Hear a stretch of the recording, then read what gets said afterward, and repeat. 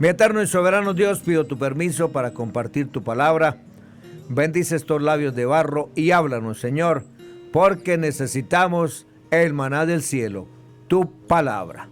En tu nombre, mi eterno y soberano Dios, Jesús de Nazaret.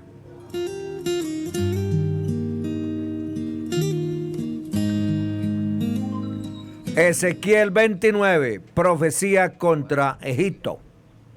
Por tanto, así ha dicho Jehová el Señor: he aquí que yo doy a Nabucodonosor, rey de Babilonia, la tierra de Egipto.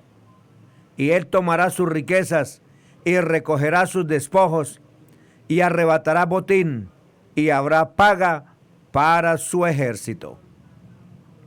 Por su trabajo con que sirvió contra ella, le he dado la tierra de Egipto, porque trabajaron para mí, dice Jehová el Señor.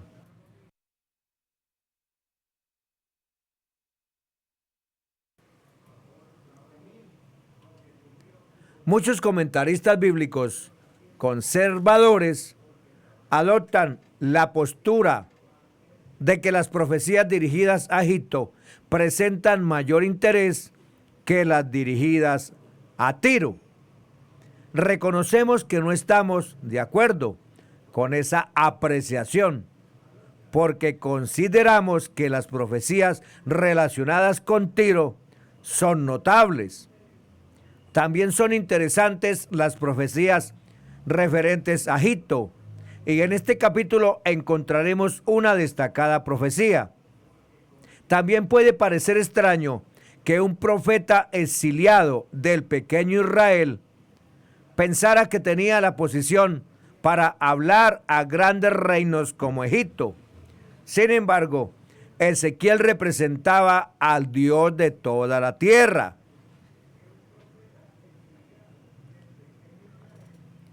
El historiador que no tiene en cuenta la influencia religiosa de vida del pueblo de Dios como nación elegida por Dios, veía a Israel empequeñecido en la insignificancia por vecinos poderosos.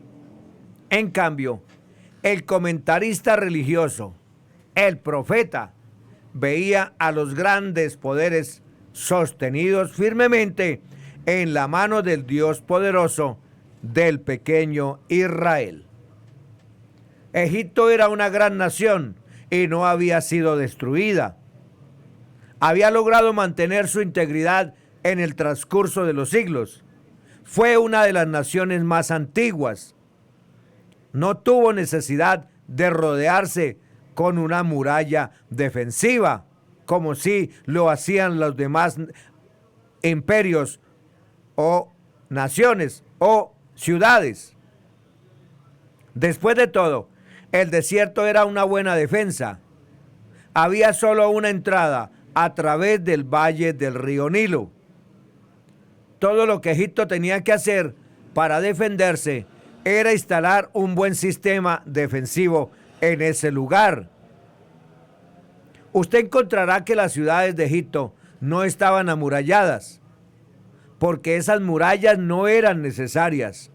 Ahora, Dios dijo que los egipcios irían al cautiverio por 40 años. Leamos los versículos 1 y 2 de este capítulo 29 de Ezequiel. Dice: en el año 10, en el mes 10, a los 12 días del mes, vino a mí palabra del Señor diciendo: hijo de hombre, vuelve tu rostro contra el faraón, rey de Egipto, y profetiza contra él y contra todo Egipto. Dios adoptó una posición firme contra la tierra de Egipto. Era la nación que había reducido a su pueblo a la esclavitud en la fábrica de ladrillo y lo había introducido en la idolatría. Egipto había sido por años como un aguijón en el cuerpo de Israel. Sin embargo, Israel acudía constantemente a Egipto buscando ayuda cuando se veía en peligro. Por alguna razón militar o comercial, Israel se apoyaba en Egipto. Isaías advirtió al pueblo de Dios: les dijo: ay de los que descienden a Egipto en busca de ayuda. Isaías 31:1. Incluso en los días de Jeremías y Ezequiel, todavía buscaban ayuda en Egipto en lugar de confiar en Dios y su propósito. Entonces Dios dijo que estaba en contra de Egipto y que ese país sería destruido. Y continuó diciendo en el versículo 3: habla y di, así ha dicho el Señor Dios, yo estoy contra ti, el faraón, rey de Egipto, el gran dragón que yace en medio de sus ríos, el cual dijo: mío es el Nilo, pues yo lo hice. El cocodrilo aquí mencionado es aparentemente el gran dragón o monstruo marino. Faraón fue comparado con el cocodrilo, que dice: este es mi río. Es interesante observar que Egipto adoraba a toda clase de aves, bestias o insectos.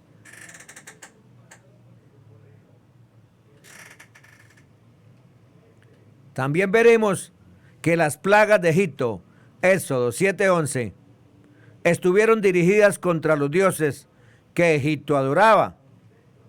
Creemos que a pesar de los terribles que fueron las plagas, revelaron que Dios tiene un cierto sentido de humor.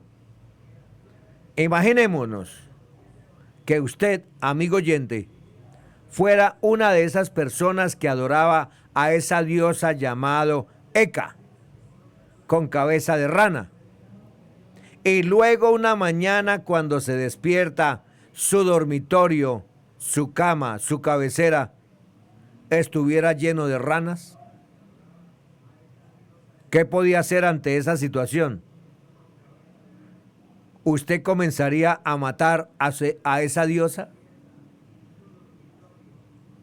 Pensamos que el Señor puede haber sonreído observando esta situación. Los egipcios matando a su diosa. Dios comparó a Egipto con uno de los grandes cocodrilos que vivían en el Nilo y otros ríos asociados. Gran dragón. El término se refiere concretamente a una criatura marina, en este caso un cocodrilo. El gobernante del Nilo, tendido en los canales del río. Cocodrilo, la figura del faraón, cuyos príncipes también y pueblo son acertadamente comparados con peces menores, y Egipto con aguas que abundaban. Las invocaciones y sortilegios egipcios alentaban al faraón a ser un cocodrilo para sus enemigos. Faraón era comparado con un cocodrilo feroz que protegía las aguas de la tierra, el Nilo y todos los canales, y atacaba a cualquiera que se atreviera a desafiar sus reclamos. Mío es el Nilo, pues yo lo hice. Esta era la orgullosa jactancia de Egipto y su faraón. Creían que el gran río Nilo les pertenecía y que ellos mismos lo habían creado. Se negaban a reconocer y honrar al Dios de Israel como creador y dueño de todo. El río Nilo riega a Egipto y lo hace fructífero más allá de la credulidad. Simplemente arrojan la semilla y tienen 4 ricas cosechas en menos de 4 meses, dicen los viajeros. Por lo tanto, los egipcios eran generalmente orgullosos, alborotadores y supersticiosos en sobremanera con el río. El Nilo era la fuente de la grandeza de Egipto.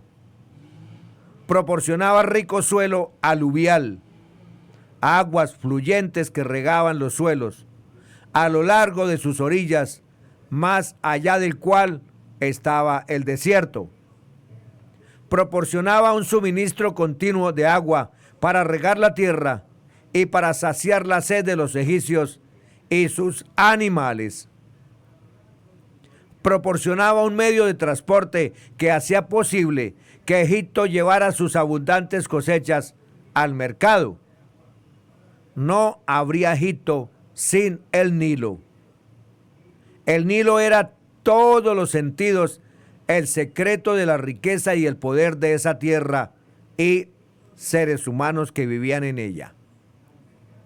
Aquí se representa a Faraón, no adorando al río, sino afirmando poseerlo y haberlo creado y asumiendo la figura de un dios con cabeza de cocodrilo. En realidad, en lugar de que él hiciera al río, era el contrario, el río lo hizo a él, porque sin el río la tierra habría sido simplemente otro desierto.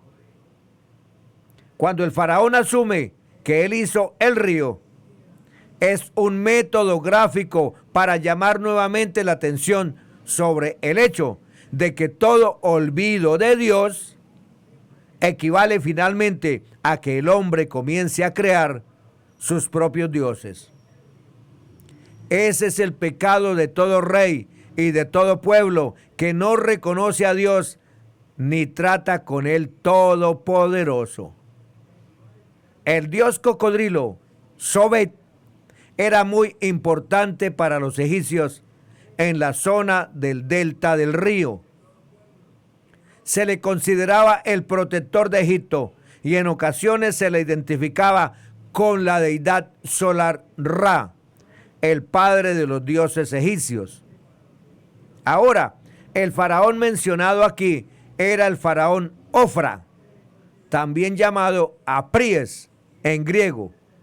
Él era el nieto del faraón Necao, que había derrotado al rey Josías de Judá en Megido. En realidad, sabemos que Josías fue muerto en esa batalla. Los reyes Joacín y Sedequías recurrieron al faraón Ofra para obtener ayuda cuando Jerusalén fue sitiada.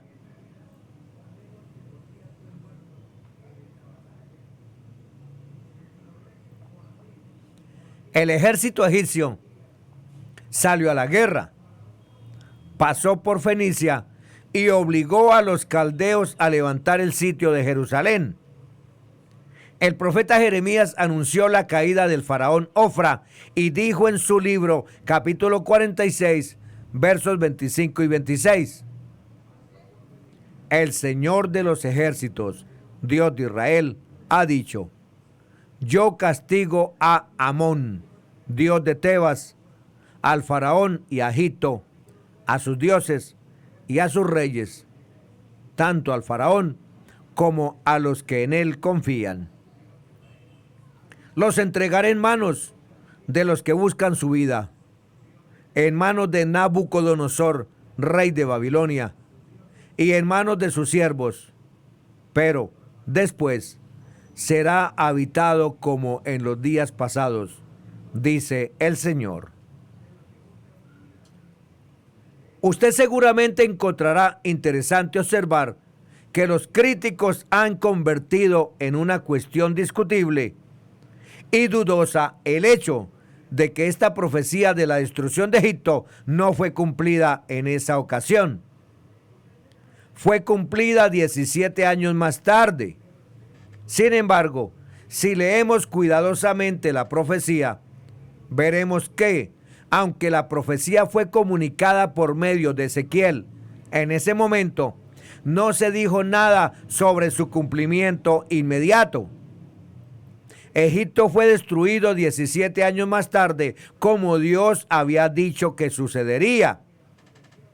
Ahora, observemos lo que Dios dijo que le sucedería a Egipto.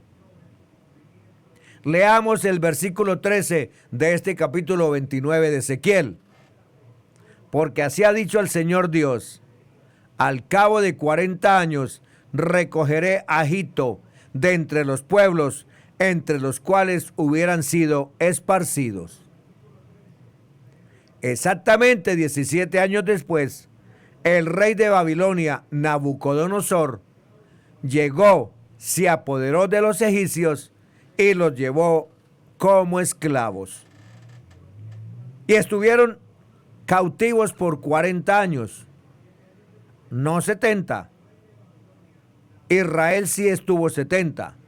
Ahora, veamos lo que nos dice el versículo 14. Volveré a traer los cautivos de Egipto y los llevaré a la tierra de Patros, a la tierra de su origen, y allí serán un reino despreciable. Ahora, prestemos suma atención a lo que nos dice el próximo versículo, el versículo 15. En comparación con los otros reinos, será el más humilde. Nunca más se elevará sobre las naciones, porque yo los rebajaré para que no vuelvan a tener dominio sobre las naciones. Estimado oyente, Egipto había sido una nación muy poderosa en el mundo antiguo. Desde los albores de la civilización surgieron como una gran potencia. Sus monumentos y tumbas revelan el hecho de que tenían una civilización avanzada que ocupaba un lugar eminente entre todos los reinos del Medio Oriente. Muchos historiadores en la actualidad creen que los griegos obtuvieron mucha información en todos los campos científicos, intelectuales, económicos, religiosos, militares de los egipcios. Era una gran nación, pero Dios dijo: yo voy a permitir que Nabucodonosor se apodere de esa nación. Y no solo eso, sino que esa nación permanecerá en el cautiverio por 40 años, y cuando ese periodo se cumpla, regresarán a su tierra, pero serán un reino empequeñecido, en realidad el de menor importancia de los reinos. Si usted llegara a visitar el cercano Oriente, podrá notar que, además de las indudables bellezas naturales que posee Egipto, la riqueza arqueológica y la hospitalidad de sus habitantes, en Egipto actualmente existe mucha pobreza. Continuemos leyendo ahora en este capítulo 29, los versículos 19 y 20. Por tanto, así ha dicho el Señor Dios: he aquí que yo doy a Nabucodonosor, rey de Babilonia, la tierra de Egipto. Él tomará sus riquezas, recogerá sus despojos y arrebatará el botín, y así habrá paga para sus soldados. Por su trabajo con que sirvió contra ella, le he dado la tierra de Egipto, porque trabajaron para mí, dice el Señor Dios. Podemos ver que Babilonia iba a conquistar a todas esas naciones, incluyendo a Tiro, Egipto y por supuesto Israel. Babilonia fue la primera gran potencia mundial. Nunca lo alcanzó Egipto. Dios prometió misericordia y restauración a Egipto. Él traería de regreso a los cautivos de Egipto. Aunque sería un reino sin gloria, despreciable, sin alcanzar sus alturas anteriores de imperio e influencia. Esta es la única instancia en el libro donde el profeta habla de la restauración de una nación que no sea Israel y Judá. La restauración de Egipto fue bajo el dominio griego, y Alejandría se convirtió especialmente en un centro importante del judaísmo y el cristianismo, por lo que probablemente aquí se cumplió parcialmente Isaías 19, 19, 25. En comparación con los otros reinos, Egipto será un reino reducido en gloria y poder. Egipto sufrió por la invasión de Nabucodonosor, y su dominio sobre las naciones se rompió y nunca se recuperó.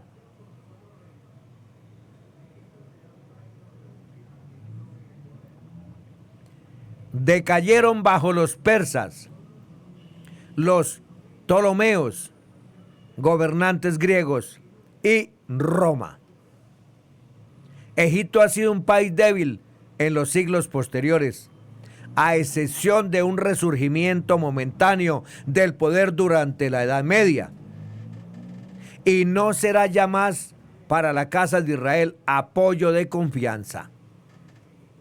Una de las razones por las que Dios humillaría a Egipto y los disminuiría era para que Israel ya no pusiera su confianza equivocada en Egipto. El estado reducido, disminuido de Egipto les iba a recordar el pecado de mirar en pos de ellos. Había un sentido real en el que Nabucodonosor y los ejércitos de Babilonia trabajaron para Dios como sus instrumentos de juicio. Estaba completamente dentro de los derechos de Dios recompensar a estos trabajadores que no sabían que estaban siendo usados como elementos de juicio según su voluntad y sabiduría. Debemos reflexionar sobre esta recompensa que Dios prometió a un rey pagano, con la recompensa que Dios promete a aquellos que edifican su iglesia.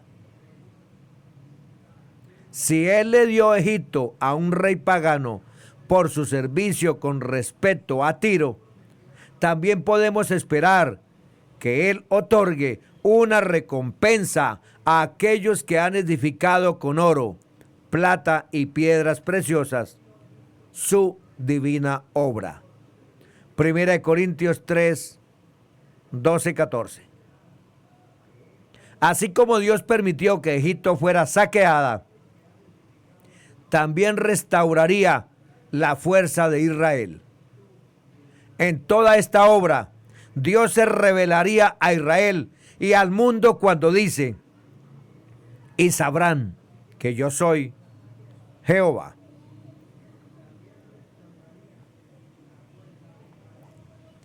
El Salmo 132, 17 también hace mención del poder de la casa de Israel.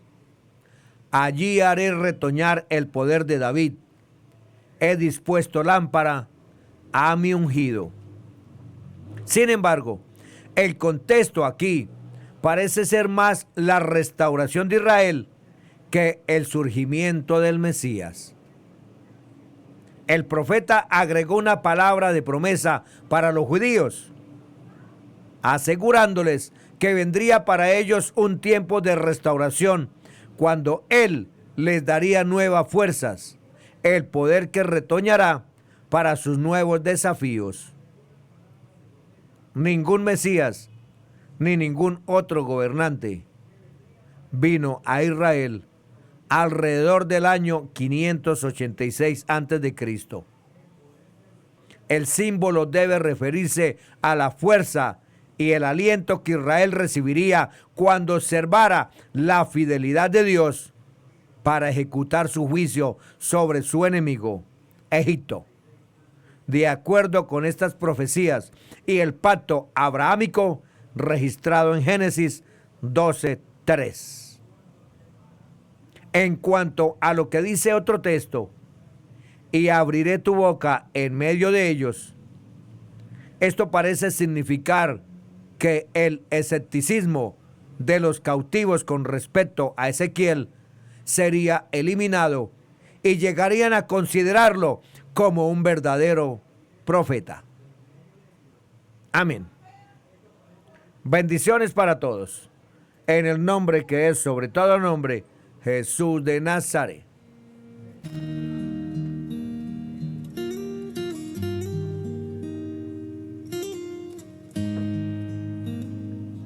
Gracias, mi eterno y soberano Dios. Gracias por darme permiso de compartir tu palabra. Gracias por enseñarnos, Señor. Gracias. Permite que tu palabra llegue donde esté la necesidad, comenzando por este servidor. Gracias, Señor Jesús.